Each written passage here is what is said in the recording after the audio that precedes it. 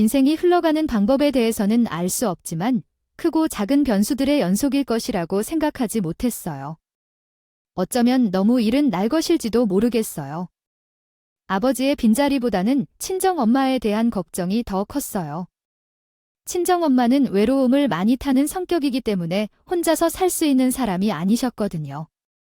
친정엄마를 설명하자면 마치 물망초처럼 소중하고 따뜻한 사람이었어요. 그리고 친정아버지는 평생을 모시며 사는 사람이셨기 때문에 갑작스럽게 찾아온 이별로 많은 걱정이 들었어요. 묻히게 해주겠다고 약속했던 그 말을 지키기 위해 노력하시는 분이셨어요. 친정엄마가 요리를 할 때 손이 다치지 않을까 하며 옆에서 지켜보고 혼자 집안일을 하는 것을 보고 뭐라도 하나 도와드리고 싶어 하셨어요. 우리 친정아버지는 그 말밖에 할 수 없었죠. 아니, 자식들은 어디서 뭐라든 말든 다쳐서 빨리 약을 바르면 그만이라 하시던 분이셨어요. 그런 이유로 실제로 엄마와 관련된 일에 대해선 잠들고 있어도 갑자기 일어나셨을까요? 친정엄마는 나이가 한 살 더 먹을수록 더욱 공주처럼 되셨어요. 어릴 적 기억 속에서도 친정엄마는 항상 화려한 원피스만 입고 다니셨고 어디를 가든 친정아버지의 보호 아래 있었어요. 그 결과로 저는 그녀를 따라잡는데 어려움을 겪었습니다. 오빠는 친정엄마가 하지 못하는 일을 해내야 하는 사람으로 자랐고 자식들 입장에서는 불만이 생길 수밖에 없었어요.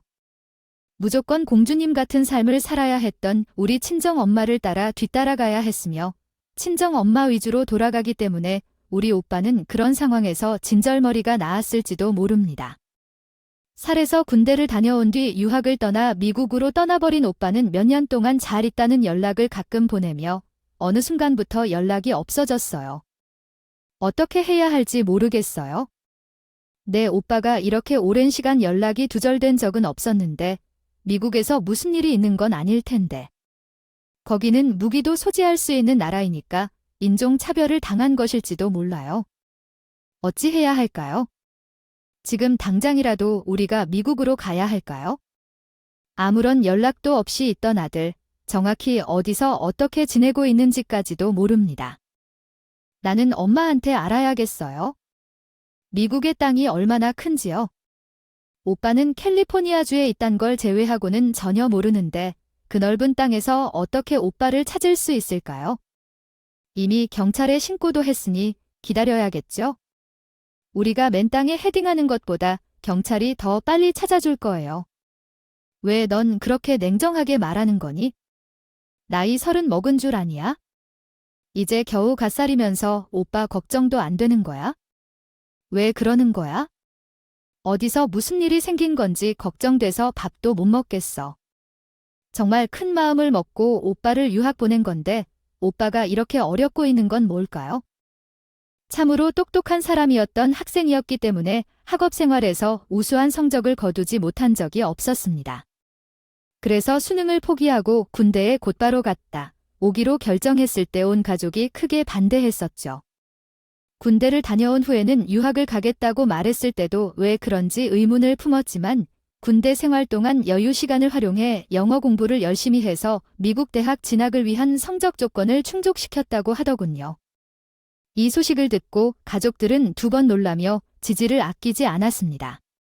오빠는 그 지지를 받아 떠났지만 어느 날부터 연락이 끊기기 시작했고 가족들은 얼마나 괴로웠을지 상상이 가질 않았습니다. 결국 절망적인 상황에서 경찰에 신고를 하여 절망적인 상황에서 오빠와 연락을 되찾았습니다. 그러나 그는 돌아오지 말아달라고 말했습니다. 부탁드립니다. 저는 어떻게든 살아보려고 합니다. 한국에 나가는 생각은 없고요. 그냥 부탁드립니다. 제발 저를 잊어주시기 바랍니다. 마치 제가 없는 사람인 것처럼 저에 대한 모든 관심과 지원을 끊고 단순히 잊어주시기를 부탁드립니다. 마치 제가 아들을 낳지 않은 것처럼 그렇게 취급해 주시고요. 그때 우리 가족이 느꼈을 배신감은 정말로 말로 표현하기 어려울 정도로 컸습니다. 오빠는 그 연락을 끊고 더 이상 연락이 되지 않았고 친정엄마는 하루 종일 눈물을 흘리셨습니다. 그 후로 친정엄마는 제에 대한 집착을 시작하셨는데 남은 자식이 저 하나였기 때문입니다.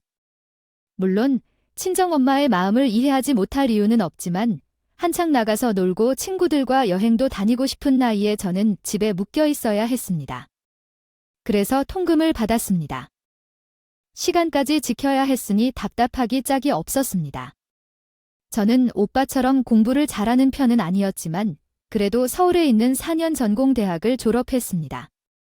대학을 다니는 동안 남들이 다녀가는 교환학생 3개월 프로그램은 한 번도 가보지 못했어요. 교수님의 추천으로 무료 교환 프로그램 지원 대상에 오르기도 했지만 집안의 반대로 가지 못했어요. 진정 엄마는 저도 오빠처럼 어느 날 갑자기 사라질까 봐 무서웠던 것인지 쟤를 절대적으로 본인 옆에 두려고 하셨고 제가 결혼을 할 때도 마찬가지였습니다. 결혼을 벌써 해야겠다고 하겠다고 엄마랑 더 같이 살지 엄마가 너까지 시집가고 나면 너무 외로울 것 같아서 그래요. 요즘은 결혼을 30 중반 넘어서 한다고 하는데 모이 일찍 시집을 가려고 그래 나랑 같이 더 시간을 보내고 여행도 다니고 하다가요. 결혼하면 좋잖아. 여보, 그만합시다. 언제까지 딸 자식이라고 우리 울타리 안에 가둬두고 죽일 수 없는 거 아니겠어? 좋은 사람 만났다고 하는데 이럴 때 우리가 시집 보내야지. 아예 안 그래? 친정아버지께서 친정엄마를 설득해주지 않았다면 아마 저는 지금 지도 노처녀로 살고 있을지도 모르겠네요. 제 결혼식 날 정말 장례식장을 상상하게 만들 정도로 대성통곡을 하는 친정엄마 때문에 환하게 웃지도 못했어요. 결혼식 사진을 보면 친정엄마의 눈이 퉁퉁 부어서 붕어 같았다. 그러셨지요. 그렇게 저를 시집 보낸 사람이 우리 엄마였습니다. 그래도 친정아버지께서 계속해서 친정엄마 옆에 있어 주었고 외로움을 달래주었기 때문에 저는 남편이랑 나름의 신혼생활을 했습니다. 유지하면서 살아올 수 있었습니다. 물론 우리 남편도 친정엄마의 극성 때문에 개고생을 했을 것 같았어요. 친정엄마는 아주 사소한 일이 생겨도 나를 그렇게나 찾으시고 제가 바빠서 연락이 나지 않으면 남편에게 그렇게 전화를 해서 저를 찾으셨어요. 남편은 정말 해도 너무 한다는 말을 여러 번 했었지만 그래도 친정아버지께서 중재를 해주시기 때문에 버티고 살아왔습니다. 그러나 그런 아버지께서 갑자기 심장마비로 돌아가시게 되어 얼마나 막막했는지. 게다가 한평생 옆에 달라붙어서 떨어지지 않았던 친정아버지께서 돌아가셨다는 사실을 친정엄마는 받아들이지 못했어요. 장례식장에서 혼절을 3번이나 하실 정도로 상심과 미약한 상태가 되셨죠. 정말 걱정이 많았고 너무나도 많았습니다. 결혼 7년 차에 갑작스러운 일에 이렇게 되는 것을 상상도 못했다는 마음이 들었습니다. 저희 사이에 낳은 5살과 3살의 아이들은 키우는데 집중해야 할 시기였는데 이런 일이 벌어지게 된 것에 대해 남편도 혼자를 반복하는 친정엄마를 보며 걱정이 많은 듯 했어요. 저희 친정집은 우리 집에서 지하철로 40분 정도 떨어져 있었는데 분명 친정아버지께서 돌아가셨으니 더 애타게 찾을 거라는 생각을 지울 수가 없었습니다. 친정엄마 옆으로 이사를 가야 할지도 모르겠는데 이사가 그렇게 쉬운 일은 아닐 터이요. 짐을 옮기는 것도 귀찮은 일이지만 집값의 문제까지 고려해야 했습니다. 친정집이 다른 동네에 위치해 있어서 집값이 많이 올랐거든요. 그리고 남편이 친정엄마의 강한 집착 때문에 고민하고 있었어요. 상황이 매우 어려워서 우리의 욕심만큼 이사를 할 수도 없었죠. 남편은 가까운 곳에 이사를 꺼렸었거든요. 장례식이 다 끝난 후 친정엄마는 제가 예상한 대로 일도 한치도 빗나가지 않았어요. 집에 혼자 남아있는 것이 너무나도 싫어했고 무서워했거든요. 또한 40분 거리를 지하철을 타고 우리 집에 와서 제 옆에 붙어서 있는 걸 극도로 불편해했어요. 우리 남편은 자영업을 하고 계셨어요. 그는 가방이나 옷에 들어있는 가죽을 도매하는 사람이셨어요. 도매시장의 특성상 발주가 새벽부터 들어오는 경우가 많아서 아침에 해가 다 뜨기도 해요. 출근해서 오후에 퇴근을 했는데 우리 친정엄마가 매일 집에 있어서 무척 불편했어요. 게다가 우리 친정엄마는 친정아버지를 통해 항상 좋은 것만 보고 예쁜 것만 찾아서 하는 사람이 아니었겠죠. 남편과 은근히 트러블이 있었어요. 여보, 내일은 1시간 일찍 출근을 해야 할 것 같으니까 미리 외투 좀 챙겨줄 수 있어? 내가 책상 위에 올려둔 영수증 묶음 있지? 그것도 미리 가방에 넣어놔줘. 아니, 김서방, 그게 뭔 어려운 일이라고. 우리 딸이 시키는 대로 해? 김서방은 자기 스스로 하는 일이 하나도 없어.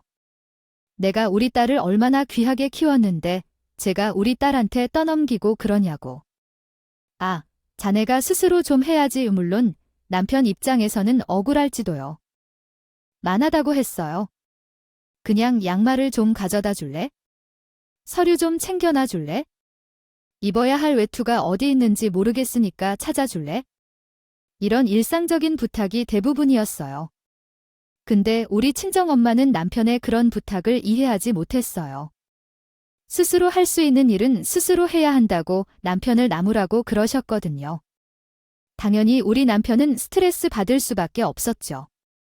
매같이 죽치고 있는 장모님도 불편해 죽겠는데 이런 사소한 부탁까지 집에 잡았으니까.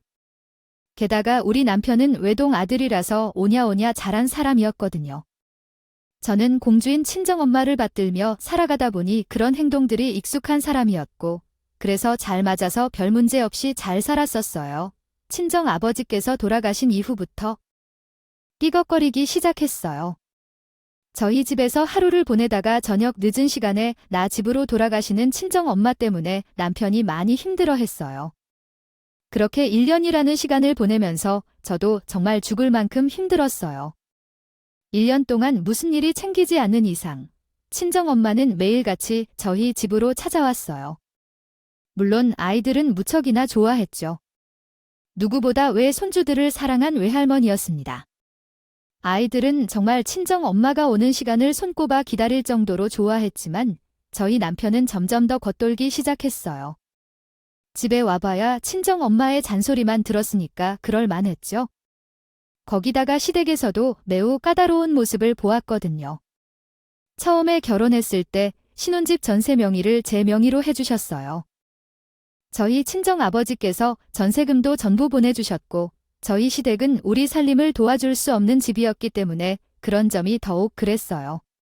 그나마 남편이 가죽 도매상으로 일하면서 꽤 돈을 벌어 생활비를 보태주는 시댁이 있기 때문에 시댁에서도 저에게 잔소리를 할 수 없는 상황이었어요. 사도님께서 해번째 저희 아들 집에 가신다는 소식을 들었습니다. 그래도 부부가 부부 생활을 할 수 있는 시간이 필요하지 않을까요? 아, 제가 주제를 벗어났다면 죄송합니다. 아들 집이라면 그 집은 우리 남편이 미선이에게 선물해준 집인데요. 저희 딸 집에 방문하는 것이 이상한 일은 아니겠죠? 왜냐하면 사회적으로 불편한 점이 없어요. 아이고, 아니죠. 그런 게 아닌데 좀 걱정되어서 그랬던 거예요. 저도 며느리를 처음 만나러 간다고요? 얼마나 끼는지 단지 합가를 한 것도 아닌데 거의 비슷한 생활을 하고 있으니까 가족들끼리 보낼 시간이 너무 적은 건 아닐까 하는 생각도 들고 아유 제가 주절주절 말이 많았습니다.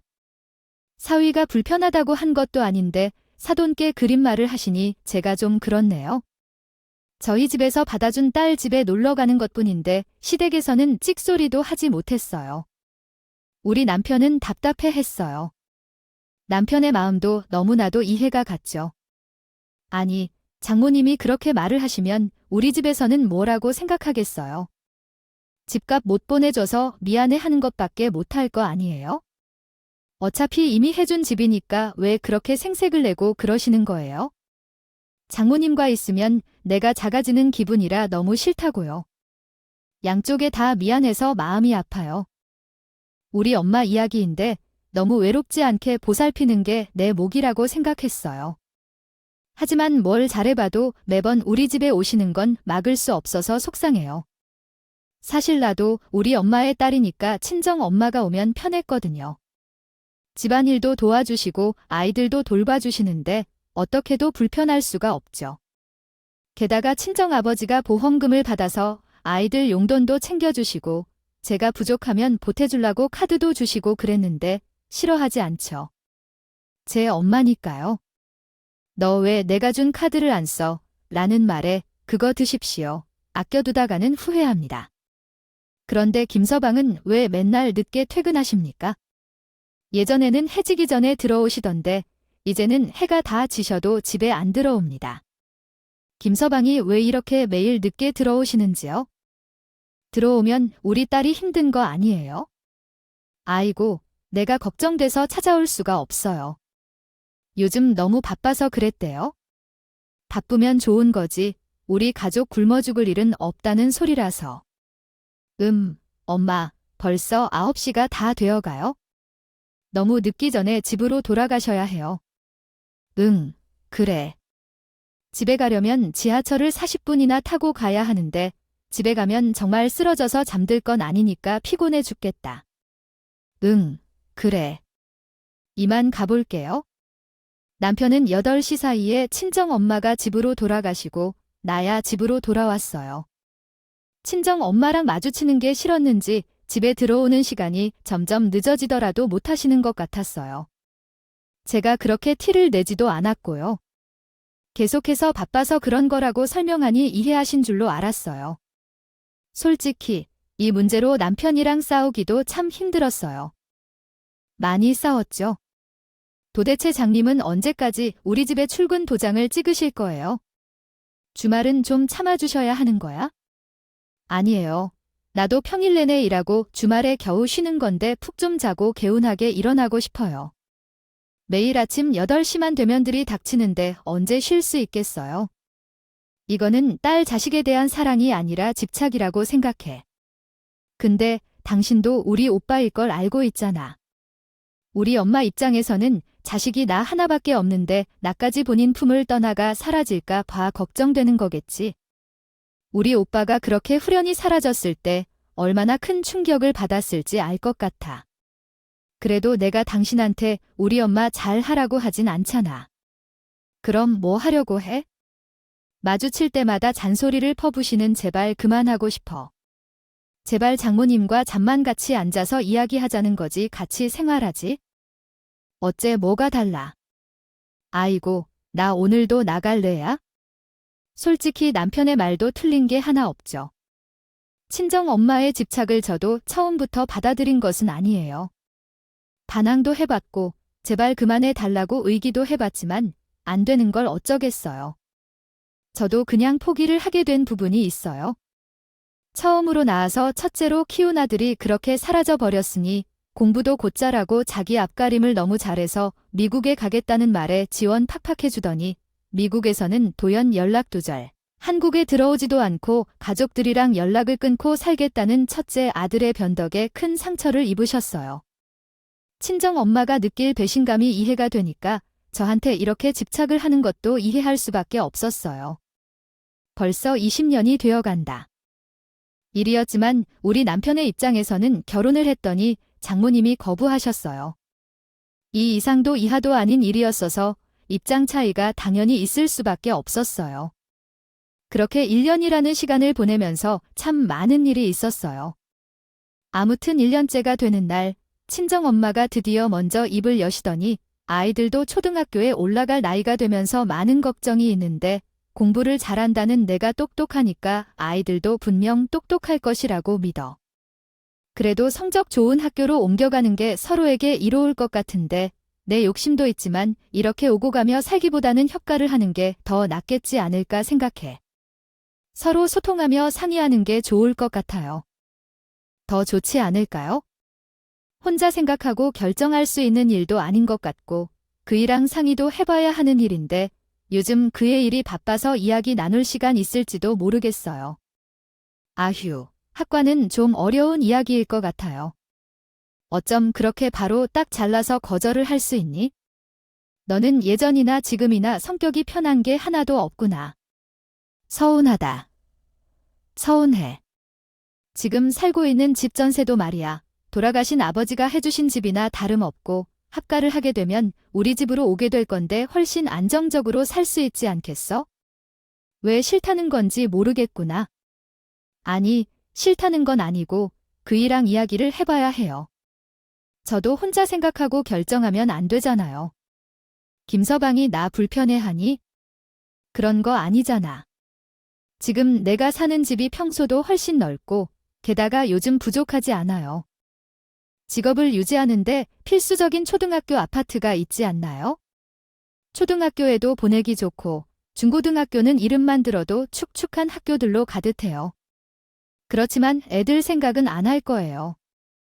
적어도 애들 미래를 생각해서라도 움직여야죠. 그래서 퇴근하고 오면 이야기해 볼 거예요. 아니, 그런데 잘 모르겠어요. 직장이 엄마네 집에서 조금 떨어져 있으니 출퇴근이 쉽지 않으니까 고민 좀 해봐야겠어요. 나는 정말 남편이 말을 잘 못해서 며칠을 고민하다가 결국 친정에 합가를 제안했어요. 남편이 반대할 거라는 건 아주 명백해서 괜한 싸움을 피하려고 했어요. 그래서 말을 꺼내기 싫었지만 남편은 한숨을 쉬며 의외로 말을 해나가 시작했어. 언젠가는 이런 이야기를 할 거라고 했지요. 생각했다. 솔직히 말해서 지금도 그런 상태가 아니라고 생각해. 내가 그런 것 같은데 고민을 좀 더 해봐야겠어. 아이, 나도 당연히 엄마한테는 안 된다고 했는데 엄마 말에도 일리가 있더라고. 애들 미래를 생각하면 학군 좋은 동네로 이사 가는 게 훨씬 좋지 않을까? 거기는 또 유명한 동네이니까 아이들이 적응하고 학교에 들어가면 그때부터는 애들의 공부 걱정은 안 해도 될 것 같지 않을까? 그쪽은 유학을 가는 애들도 많고 내신도 잘 주는 편이라고 하던데. 우리 애들이 유학을 못 가더라도 서울에 있는 4년제 대학에 나와야지. 학군이 그렇지. 그 동네가 매우 높은 학군 동네라고 하지? 아이들을 생각하면 그게 맞는 것 같기도 해. 그러면 말이야, 집이 있는 게? 전세를 납부하고 장모님 집으로 이사를 하는 경우 전세금은 누가 가져가야 하는지에 대해 아직 논의하지 않은 상태였습니다. 당신이 반대할 것으로 생각하여 언급하지 않았는데 그러므로 상황이 다소 복잡할 것이라고만 밝혔습니다. 이에 전세금 문제를 한번 논의한 후 결정을 내릴 수 있을지 궁금합니다. 어쨌든 돈 문제가 먼저 처리되어야 하므로 장모님과 좀 더 이야기해보는 것이 좋겠습니다. 전세금이 꽤 큰 금액이라 남편이라면 우리의 돈으로 생각할 수도 있겠지만 친정엄마가 다르게 생각할 가능성도 있습니다. 따라서 어떻게 해결할지 조심스럽게 이야기를 나눠보는 게 필요할 것 같았고 다음 날 친정엄마가 집을 찾아오셨습니다. 김 씨는 조금 더 손질해보려고 노력했습니다. 고민을 좀 해봤고 김서방의 반응은 어떨지 아이의 엄마 생각에는 말이야. 어차피 이렇게 자유롭게 살거나 학교를 다니는 것이 낫겠다는 의도인데 부정적인 의도는 아니지만 어려운 것 같아요. 근데 만약 우리가 엄마 집으로 이사를 가게 되면 그 집의 전세금은 어떻게 될까요? 전세금이야. 그것은 차지 3인 건 아니겠지? 맞아요. 그래요. 아무래도 김서방이 그것부터 물어봐달라고 해서 그 입장에서는 아버지가 우리에게 주신 집이니까 이 집의 전세금 또한 우리 부부의 자금이라고 생각한 것 같아요. 어휴, 또 돈 때문에 걱정되는구나. 그래요. 그럼 말이야. 지금 내가 살고 있는 것 있잖아. 그 집을 4명이서 함께 쓰기로 했으니까 그 집의 전세금은 내가 갚을게. 그러면 훨씬 유리하지 않을까? 너희들. 부부 사이에서 나눠야 할 대화가 나오고 있습니다. 다음은 그 대화를 올바른 문법 구조로 재구성한 것입니다. 부부 사이에는 결국 내가 돌아가게 되면 재산이 다 너에게로 넘어가게 될 텐데 미리 내 이름으로 큰 것들을 넘겨둔다 해도 나쁘지 않을 것 같아. 전세금을 제외한 돈으로 세금 처리할 것들도 하고 현재 사는 집은 4명의 명의로 돌려주면 어떨까? 이 정도면 남편도 이해를 하겠지? 친정집 명의를 주겠다고 하시는데 이게 무슨 소리인지 이해가 안 되더라고. 우리 집보다 집값 차이가 어마어마하게 나고 있고 게다가 전세도 아닌 매매이익이었으니까. 나는 그날 저녁 남편이 퇴근을 하고 돌아오기를 기다렸고 남편이 돌아오자마자 이야기를 했어. 여보, 내가 엄마랑 대화를 해봤는데 전세금은 엄마가 가져가는 걸로 하고 친정집을 제 명의로 돌려주신다고 해도 집값 차이만 해도 어마어마하게 나는데 우리 부부에게 훨씬 더 이득이겠죠. 그러니까 우리는 집 명의도 챙기고 학과도 하고 그러면 현금은 장모님이 가져가신다는 이야기를 하고 있잖아요. 아휴, 내가 말이야. 사업장이 조금 힘들어서 자금이 매우 부족해서 전세금을 빌려가려고 했는데 말이야. 전세금은 장모님이 가져가시고 실제로 당신 명의로 떨어지는 건 나한테 소용없는 일이거든요. 게다가 말이야. 장모님이랑 학과를 한 번 하고 나면 분가를 다시 하는 게 어려울 텐데 평생 스트레스 받으면서 장모님을 모시고 살아야 하는 거죠. 그 사실은 변하지 않은데, 나한테 떨어지는 게 하나도 없겠어요. 제가 굳이 학과를 가야 할까 생각하고 있습니다. 우리 가족이 모두 상황이 유리한 방법이라고 생각했었는데 당신이 그렇게 말씀하니 또 고민이 되네요. 그동안 너무 무심했던 것 같다는 생각도 들어요. 내가 당신에게 너무 신경을 쓰지 않았던 것 같아 정말 미안해요. 당신의 사업이 어렵다는 것조차 몰랐던 것 같아 너무 무책임했었어요. 아이들을 돌보고 장모님을 챙기느라 의도치 않게 시간이 많이 부족했을 텐데 자고 출근하여 바쁘다 보니 우리 부부의 대화가 많이 부족했나 봐요. 나도 당신에게 힘든 점을 털어놓지 않기도 했고 그래도 미안한 마음은 어쩔 수 없네요. 그럼 이렇게 해보는 것은 어떨까요? 엄마가 친정집을 제 명의로 주겠다고 하긴 했지만 그 집을 당신의 명의로 변경해놓고 장모님이 계시는 집을 당신 대신 내 이름으로 대출을 받아도 괜찮겠죠? 당연하지. 아이 어차피 부재산인데요. 뭐 어때요? 당신 명의로 하고 집담보대출을 받아서 우선 급한 불부터 꺼주고 당신 사업장이 힘들다고 하니까 급한 불을 먼저 꺼주고 나면 다시 일어설 수 있는 거잖아. 걸어오는 돈으로 빚을 갚으면서 함께 힘내서 살아가면 되겠죠. 어차피 평생 부부의 연을 맺은 상태인데 누구의 이름으로 가지고 있으면 어떨까요?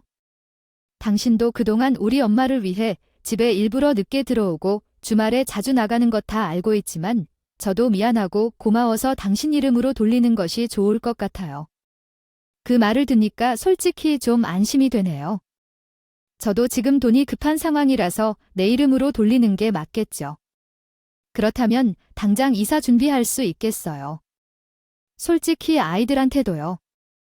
더 좋은 환경이 주어지고 장모님도 함께 지낼 수 있는 것이 좋아서요. 또 당신과 장모님 모두 돈을 많이 받으니 이는 상호적으로 유익한 일이죠. 친정집에 함께 사는 조건에 대해 친정집 남편으로 등록하는 것이 어렵지 않다 생각했어요. 그래서 남편의 명의로 친정집 등록을 제안하고 장모님께도 말씀드렸어요. 친정 엄마도 솔직히 사위에 대해 어떤 불편함을 느꼈던 것 같아요. 상시로 우리 집에 있게 되어 집안 분위기를 편안히 즐기지 못하고 늦은 시간에 들어오는 것이 불편한 걸로 알고 있어요. 그래서 우리 부부가 심사숙고한 결정이고 우리가 원하는 대로 처리해 주시면 되겠죠. 결혼 생활을 평생 함께 할 것이니 집 이름이 누구 이름으로 되었는지는 중요하지 않다고 생각해요. 아버지도 나한테 그랬고 당신의 재산은 당신의 것이고 나의 재산은 나의 것이다. 재산이라고 생각하고 살았다던 말씀이에요. 그래서 김서방이라는 이름을 바꿔 주마 정말 모든 일이 잘 풀리고 있다고 생각하게 되었어요. 마치 원래부터 이렇게 되어야만 했던 것처럼 모든 일이 척척 들어맞기 시작했거든요. 친정집에서 명예 변경을 하면서 나오는 세금 문제도 그렇고 정신은 없었지만 그래도 주변의 도움을 받아서 잘 해결할 수 있었습니다. 시간이 꽤 걸릴 줄 알았는데 생각보다 돈을 처리하는 문제를 제외하고는 금방 진행되더라고요. 그래서 친정집 명의를 모두 변경하고 이사를 준비하게 되었어요. 지금 우리 부부가 사는 집 주인에게는 전세금을 받아야 했고 어쨌든 엄청 바빠지게 되었습니다. 친정집에 있는 불필요한 물건들은 다 버리고 이사 준비를 하게 되었어요. 청소도 하고 리모델링도 좀 하느라고 2주 정도 친정 엄마가 같이 우리 집에 머물렀는데요. 이런 경우에는 집이 두 군데 있다는 게 참 편한 것 같아요. 어쨌든 그 2주 동안 시간이 흘러가고 모든 일이 끝나고 이사를 갈지 3일 전에 남편이 퇴근하고 돌아오는데 아니, 누구랑 같이 들어오는 거죠? 저는 황당해졌어요. 여보, 이분은 누구세요? 라고 물었더니 혹시 당신 사업장에서 같이 일하는 직원 분이신가요? 아직 처리할 일이 남아있어서 이 시간에 같이 온 거예요. 정말 고생 많으셨네요. 혹시 식사는 했어요? 라고 대답했어요. 저희도 이제 막 저녁을 먹을 시간이에요. 일로 이야기 나눌 거면 같이 저녁 먹으며 이야기를 나누는 게 좋을 것 같아요. 그 직원 맞아요? 아니면 아니었어요. 정말 믿었던 대로일 뿐이에요. 생각한 대로만 일어나는 거죠. 보고 믿는다고 하더니 내 초면에 이게 무슨 말씀이신지 모르겠네요. 이 사업장에서 일을 하는 직원도 아니시면 누구세요? 아니, 이렇게 집에 온 이유가 뭔지 집에 온 상황을 남편에게 물어봤는데 남편은 입을 꾹 다물고 있었고 옆에 있는 여자는 머리를 베베 꼬고 있었어요. 저는 대체 이 상황이 무슨 상황인지 파악이 잘 되지 않았어요. 하지만 공기 속에서 느껴지는 분위기라는 게 있잖아요. 그런 느낌이었어요. 새함이 느껴졌어요. 친정엄마도 무슨 일이 있어도 단단히 일어나겠고 싶으셨는지 아이들을 방으로 들여보내셨어요. 아직도 사태 파이라는 게 잘 안 되시나 분? 어느 회사 직원이 사장님이랑 같이 사장님 집에 가서 퇴근 후에 일을 하겠어요. 혹시 회사에서 이런 사활 같은 건가요? 안 해보셨어요? 상식적으로 생각해봐요. 제가 직원이 있는지 누구인지를 밝힌 적이 없는데 제가 그걸 어떻게 알겠나요? 그럼 여기는 무슨 일로 오셨고 저희 남편이랑은 무슨 사이인데요? 뭐 때문에 집까지 와서 비아냥하시는지 모르겠네요. 적어도 남의 집에 오셨으면 예의는 갖춰야 하는 게 아닌가요? 아무리 눈치를 주더라도 못 알아듣는 것 같으니까 대놓고 말을 해주셔야겠네요. 내가 누구냐고 나는 요즘 남편이랑 만나는 여자야. 입에 웃음을 걸고 이야기를 하는데 순간 밥 준비를 하던 저도 그렇고 아이들을 방으로 들여보내고 조심스럽게 거실로 나온 친정엄마도 그렇고 그냥 그 자리에서 얼어버렸어요. 저는 제가 들은 말이 두기로 되었어요. 진짜인지 아닌지 구별하기 힘들 정도로 갑자기 멍해졌고 이명이 귀에 울리는 소리가 들렸어요. 그런데 더 황당한 일이 있었어요. 갑자기 누군가의 어깨를 감싸며 앞에서 막 깔깔 웃고 있다는 게 믿기지 않았어요. 부인 앞에서 다른 여자의 어깨를 감싸는 남편이 미쳤나 싶었고 그 웃는 목소리는 더욱 미친 것 같다는 생각이 들었어요. 얘야, 이 호탕한 여자야. 뭐라고 말을 할까 하며 궁금해했는데 무슨 말을 하려 그러느니 다이렉트하게 말해 내가 이러니까 예뻐 죽겠다는 거야 라고 했어요. 아이고, 오랜만에 정말 배 찢어지게 웃었어요. 요즘 웃음이 많지 않았는데 그 사람을 만나 큰 행복을 주는 나를 닮은 웃음이었어요. 그래서 너와 만나기에 적절하다는 생각이 들었어요. 앞에 서 있는 것은 무엇을 하는 거야? 무슨 말을 하는 거야? 지금 이게 뭐야? 몰래 카메라 같은 걸 하고 있는 거야? 당신은 가죽 도매 사업을 하다가 개그 유튜버로서도 해왔어. 이게 사실이라고 하던데 말이야 뻔뻔하게 그저 그런 상대를 집으로 데리고 들어와서 무슨 말도 안 되는 행동을 하고 있는 거야? 여기는 우리 엄마도 있고 아이들도 있는 집인데 내가 왜 이런 짓을 하고 있어야 하는지 모르겠어. 내가 바람을 피우고 있음을 밝히려는 건 말이 안 돼. 아무리 말해봤자 그대로야. 내 옆에 떡하니 있는 여자가 최근에 만나고 있는 여자라고 말하는 건 뭐야? 요즘도 아닌데 우리가 만난 게 벌써 1년이 넘지 않았다고. 지금 당신이 무슨 말을 하는 건지 알고 하는 이야기야. 당신 지금 내 알고 있는 소리야. 1년 동안 바람을 피운 여자가 있다고 말하고 있는 거냐고 지금? 애들 방에 떡하니 들어가 있는데 무슨 소리를 하는 거야? 난 지금 당신이 바람을 피운다는 것도 그렇지만 바람을 피운다고 쳐도 어떻게 내 여자친구를 집까지 끌어들여 와서는 이딴 소리를 할 수가 있어요. 당신 미쳤어. 정말 미쳤지. 내가 미치고 말았어. 내가 이날에 얼마나 기다려왔는지 너는 모르겠지? 갑자기 억이 훌쩍 넘는 집이 내 손 안에 떡하니 굴러들어왔는데 아무리 고맙다고 한들 이야 아니라네요. 미치지 않을 사람이 어디 있을까? 진짜 기분 짜릿해서 미칠 것 같았어. 고맙다. 우리 둘이 함께 이 사이 신혼집 챙겨줘서. 신혼집이라니 정말 한순간에 너무 많은 일이 귀에 들어오니까 이해력이 좀 떨어지는 기분이야. 그게 무슨 소리야? 내 앞에서 신혼집이라니 무슨? 말하는 거지. 그냥 이해력 자체가 딸리는 거 아니야. 잃어버린 오빠는 그렇게 공부를 잘했다고 하는데 너 왜 그래?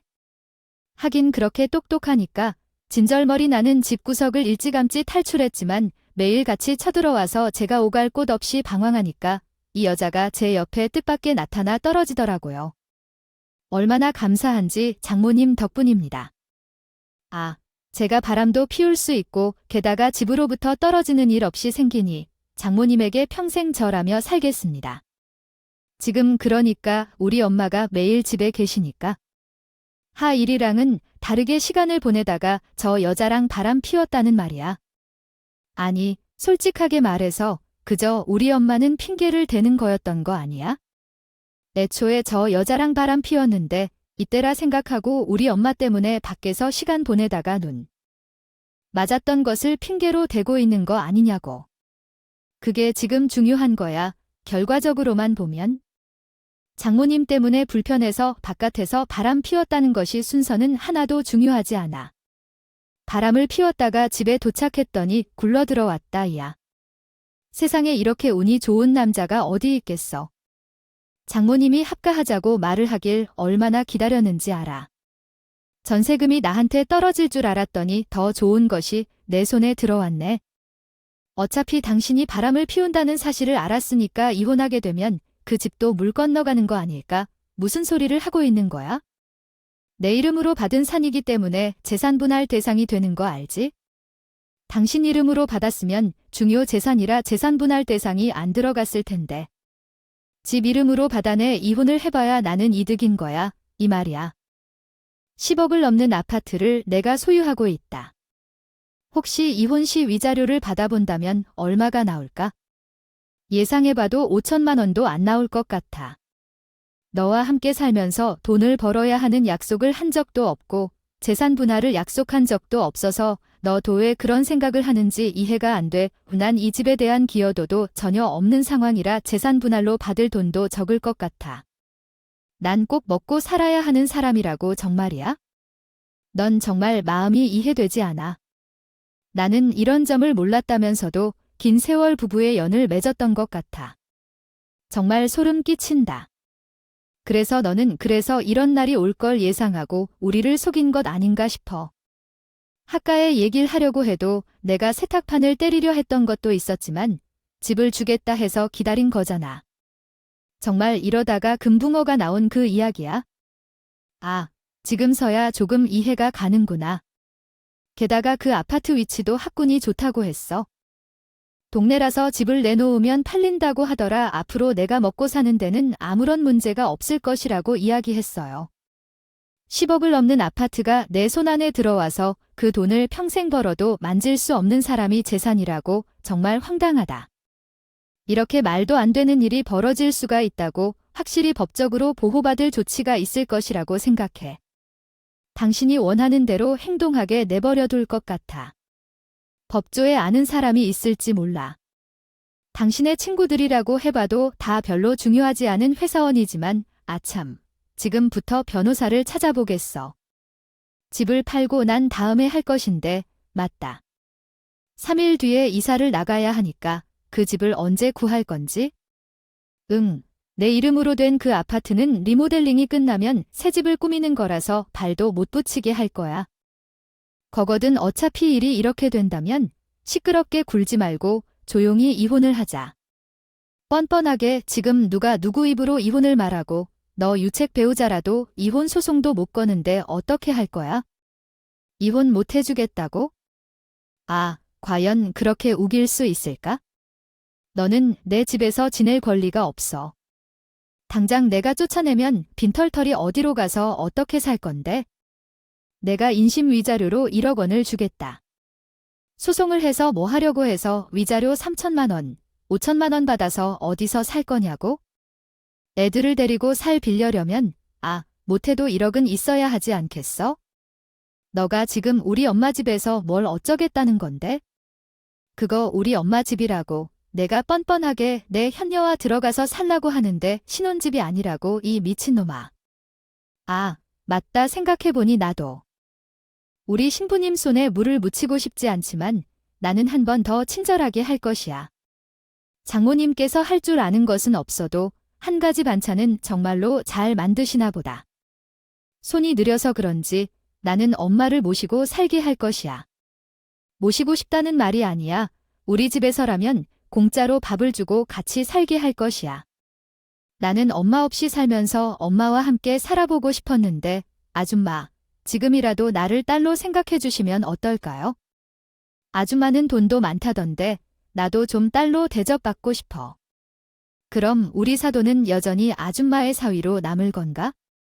미쳐 도대체 이런 소리를 왜 하나? 너희들 다 지옥으로 갈 줄 알아? 그냥 참고 넘어갈 생각이야. 나도 법적으로 제대로 된 보호를 받을 수 있는 사람이 있어? 너희같이 무시할 인간이 아니라고. 여자는 휴대폰 들고 뭘 하고 있어? 뭐든지. 어디 무료 법률 상담소가 있는지 알아봤는데 전화라도 해보라고. 내가 아는 변호사가 있냐? 뭔가 있냐? 단순히 내가 원하는 대로만 하면 빌라 한 채는 살 수 있다 해서 1억을 준다고 하던데. 아이, 물론 앞으로 생활은 걱정일 건데 뭐 어떻게든 될 것 같아. 어디서 무엇이 되든 간에 죽든가 폐지팔든가. 하지만 남편은 모르고 있는 사실이 하나 있는데 제가 그렇게 호흡하게 당할 사람도 아니고 제게도 보호받을 지원이 있어. 제가 주변을 빙 둘러본 채 남편을 바라보며 어딘가로 전화를 걸어 고의적으로 스피커폰으로 전화내놓고 이야기했어. 여보세요, 아이, 거기 혹시 박 검사님 계신가요? 네, 어디세요? 네, 제가 박 검사님의 친동생입니다. 박주영입니까? 전화가 좀 끊기네요. 그러더니 연락해 드리겠습니다 하더라고요. 그 말에 남편이라고 부르고 싶지도 않은 그 인간의 얼굴이 사색이 되었어요. 물론 믿어지지 않는다는 표정은 덤이었습니다.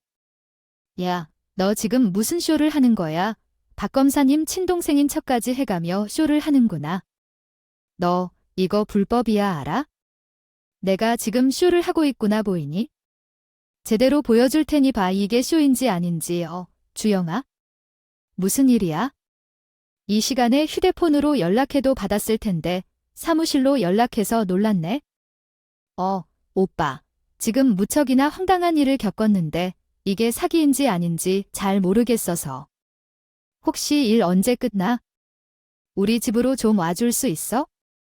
주소는 내가 보내줄 테니 오빠는 잘겠다고 하고 전화를 끊었고 남편이나 그 인간은 다시 한번 깔깔 웃기 시작했습니다. 시작했어요. 야, 너 무슨 배우들 사업이라도 했냐? 무슨 말도 안 되는 연기를 하고 있어? 너네 오빠랑 연락 두절된 지 20년이라 너네 오빠 미국에 있다며. 이제는 하다하다 검사 사칭까지. 너 이거 내가 증거 제대로 잡아서 아주 콩밥 먹여주마. 그 말이 끝이 나게 무섭게 꾹꾹 화를 참아왔던 우리 친정엄마가 이 개자식의 뺨을 확 후려 걸겠어요. 소리가 어찌나 큰지 남편 놈의 얼굴이 휙 돌아갔고 옆에 있던 상간녀 깜짝 놀라더라고요. 왜 우리 아들이 검사라고 하니깐 졸리나 봐. 너 같은 녀석은 더 처아져야 돼. 감히 내 집을 호의로 넘겨줬더니만 상간녀랑 살겠다고 말을 해. 정말 미친 거 아니야. 친정엄마가 이성을 잃고 분노의 발작심을 하기 시작했는데 개자식이 사람 새끼가 맞는지는 차마 우리 친정엄마에게 반격할 수 없어서 그냥 처맞고 있었어요. 상간녀가 친정엄마를 말리려고 했지만 저도 이해할 수 없을 정도로 혼란스러운 상황이었어서 상간녀 머리채를 뽑으며 뜯기 시작했어요. 그렇게 싸움이 벌어진 지 50분이 지나서야 우리 오빠가 나타났어요. 그래서 갑자기 어디서 우리 오빠가 나타난 건지 궁금하시겠죠? 간단히 설명드리겠습니다. 우리 오빠는 22살 때 미국으로 이민을 떠나 학교에 입학해 열심히 공부했어요. 그런데 학교에서 인종차별을 당하고 어떤 어려움에 직면했다고 하더라고요. 또한 미국에서 만난 여자친구와 헤어지고 믿었던 아시안 친구들 사이에서도 왕따를 당하는 등 너무 어렵고 힘든 시기를 보냈기 때문에 그냥 세상에서 사라지고 싶었답니다. 학교에 휴학을 신청하고 여행을 다녔습니다. 그때는 학교에 다니는 척하며 학비를 받아서 생활했어요. 그러나 졸업 시점이 다가오니 걱정이 되었습니다. 휴학 상태로 시간이 흘러가고 집에서는 언제 돌아올지 물어오는데 어린 마음에 연락을 끊어버렸어요. 미국에서 머무는 동안 어려움에 처해 학교에 재입학을 신청했지만 돈이 부족해 휴학과 복학을 반복하며 아르바이트를 하여 학비를 마련했습니다. 학비가 매우 높아서 3년이 걸릴 줄 알았지만 7년이 걸려 마침내 졸업했습니다. 이후 취직했지만 마음에 들지 않아 이직을 결정했어요. 미국은 프리랜서 제도가 잘 되어 있어서 프리랜서로 일하며 로스쿨에 다니고 있습니다. 입학해서 공부를 한 후 6년이라는 시간을 보낸 뒤 미국에서 변호사로 일을 시작했습니다. 아시아계에 속한데 수입 차별도 있어서 1년 정도 변호사로 일하다가 한국에 들어왔다고 했는데 처음 한국에 온 때는 시간이 많이 지나고 환경도 너무 많이 변해버려서 적응하기 어려웠다고 했습니다. 한국에 들어와서 변호사로 일하려 했지만 검사 임용고시가 있어 그 시험을 준비했다고 했습니다. 그 뒤로 2년 만에 검사 임용에 합격하고 검사로 일하다가 아버지께 사자를 드리려는 수송을 시작했다고 했습니다. 그러나 아버지가 돌아가셨다는 소식을 듣고 차마 부모님에게 사과할 용기를 내지 못해 엄마에게도 전화를 못하고 제게 겨우 연락을 했습니다. 결국 우리 사이에는 생긴 겁니다. 집에 찾아와서 울며 노는 것과 화해하게 된 것은 어머니, 제가 정말 신성할 수 없는 부도를 범한 것이었습니다. 아버지를 배웅할 수도 없었고 정말 쳐 죽일 놈입니다. 부모님의 지나친 기대가 너무 힘들었고 미국 생활은 정말 지옥 같았어요. 매우 미성숙한 어른이었던 시기였기 때문에 충동적으로 범한 행동에 대한 죄를 속죄했습니다. 정말 잘못한 일이었고 자식이라고 생각 않으셔도 좋고 저를 내치실 말씀할 것이 없습니다. 정말 죄송합니다. 얘야, 나쁜 놈아라는 말씀은 그대로 받아들이겠습니다. 아무리 그래도 어떻게 어미가 자식을 내쫓을 수 있겠어요? 그동안 얼마나 많이 고생했을까요? 내 아들이라 해도 내가 어떻게 너를 용서하지 않을 수가 있겠어요. 아휴, 정말 고생했다. 그래도 시기나 해서 한국으로 돌아왔으니 앞으로 우리 함께 다시 이제부터 한다면? 한번 끈끈하게 잘 붙어보자, 내 아들. 고생 많았다. 정말 고생 많았어. 그렇게 두 사람은 극적인 화해를 했고 오빠는 저에게도 너무나도 미안하다고 빌었어요. 친정 엄마가 용서를 했는데 저라면 못할 거 있겠나요? 그 뒤로부터 오빠가 참 많은 도움을 주었어요. 명예 이전하는 것도 조언을 받아서 진행을 했는데 오빠가 집에 떡하니 등장을 해서 불륜이나 저지른 개 자식에게 또박또박 말을 했지요.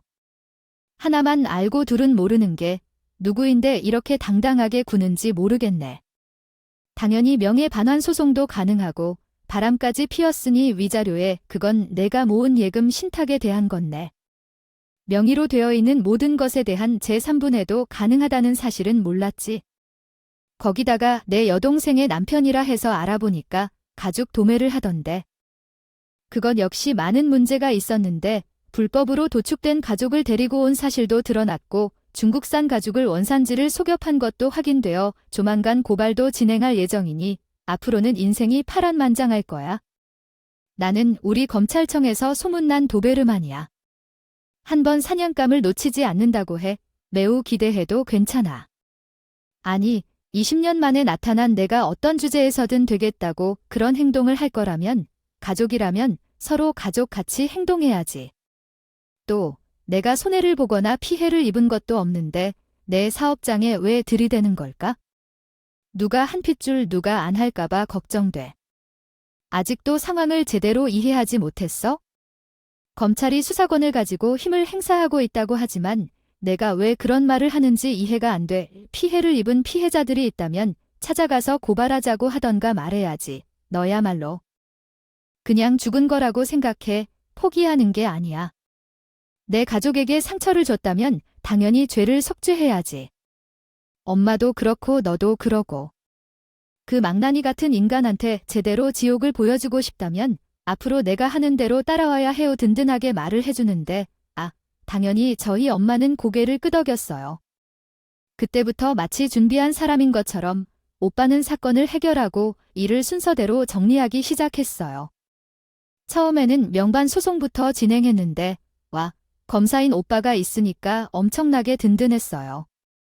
그 개자식이 상가와 짜고 선집을 쟁점할 계획을 짠 대화 내용까지 전부 살펴 찾아냈어요. 이것도 영장을 청구해서 받아냈는데 그 대화 내용에는 나를 모욕하는 내용도 포함돼 있어서 모욕과 별표 니하 내용이 일부러 누락됨 별표. 명예훼손 소송도 함께 진행할 수 있게 되었습니다. 그리고 그 계좌식의 사업장은 압수수색을 받고 불법 행위로 얻은 돈에 대한 모든 증거를 파악하여 사업장에 대한 소송이 시작되었습니다. 현재 명예회복 소송 중이어서 저, 엄마, 그리고 아이들은 어디로 가야 할지 몰랐었는데 다행히 오빠가 집을 빌려주어 거기에서 머물 수 있었습니다. 한편 계좌식은 상대와 함께 시댁에서 쫓겨났는데 양심적인 이유로 인해 시댁의 가족들은 그에게 즉시 나가라고 명령했다고 합니다. 저는 어찌 할 바를 모르고 많은 고민 끝에 이렇게 연락을 하게 되었습니다. 이제 어떻게 저의 존엄성을 회복할지 정말 모르겠으나 진심으로 미안하다는 말씀을 드리고 싶습니다. 용서해달라는 말은 결코 하지 마십시오. 우리도 이제는 이 겜의 자식 없는 사람으로 취급하겠다는 것을 알려드립니다. 했다. 마음 같아 소금을 뿌리고 쫓아냈다. 하람을 피우면 뺨이라도 하나 맞고 싶었는데 혹시 소송에 문제가 될까 무서워서 그러지 못했다. 앞으로는 2번 다시 연락하지 않을 거야? 정말 미안하다. 불륜으로 서로 속이고 있던 그 2사람이 어디서 지내고 있는지는 모르겠지만 앞으로 검찰에 출석해야 할 일이 많아서 천천히 조롱하면 어떨까 생각했어요. 아, 이혼 소송은 어떻게 됐는지 궁금하신가요? 당연히 제가 소송을 제기했고 위자료까지 청구 중입니다. 사업장에 대한 소송은 별도로 진행 중이고 그 사업장에서 번 돈만큼 재산 분할 신청도 했어요. 말이야, 계좌식은 우리 친정집 하나를 꿀꺽하려다 그 이상도 원했었어.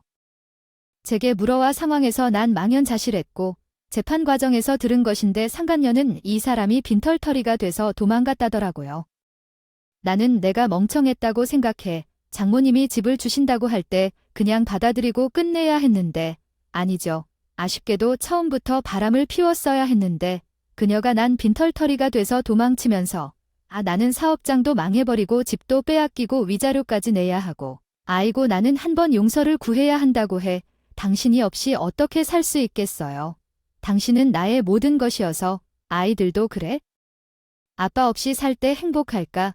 우리 아이를 위해서라도 한 번 용서를 구해주세요. 내가 잘못했다. 부탁해요. 화생방 훈련이라도 받는 사람처럼 눈물과 콩을 풀며 설명하면서 나는 그 사람에게 배신당한 그 기분을 어떻게 체험하나요? 잊지 말아줘요. 냉담하게 떠나가고 있었는데 손가락 하나로 올려주었죠. 물론 아직 소송이 끝나지 않았지만 정리할 일이 많아요. 태산 같은 일인데도 오빠 덕분에 좋은 변호사를 구해서 수사까지 함께 진행 중이에요. 그래서 아무런 걱정 없이 지내고 있답니다. 오빠와 그동안 떨어져 있었던 시간만큼 미안한 마음이 느껴지기도 하고 우리 엄마와 자녀들까지 살펴주는 중이에요. 이렇게 의료와 법주의에 아는 사람이 필요하다는 말이 있는 것 같아요. 정말 무사히 모든 일을 처리하고 행복해지고 싶은 마음뿐이에요. 엄마가 명예 이전을 도와준 덕분에 운이 좋은 것인지 선견지명인지 쓰레기가 걸릴 수 있어서 다행하다고 생각해요. 부족한 이야기를 들어주셔서 감사합니다.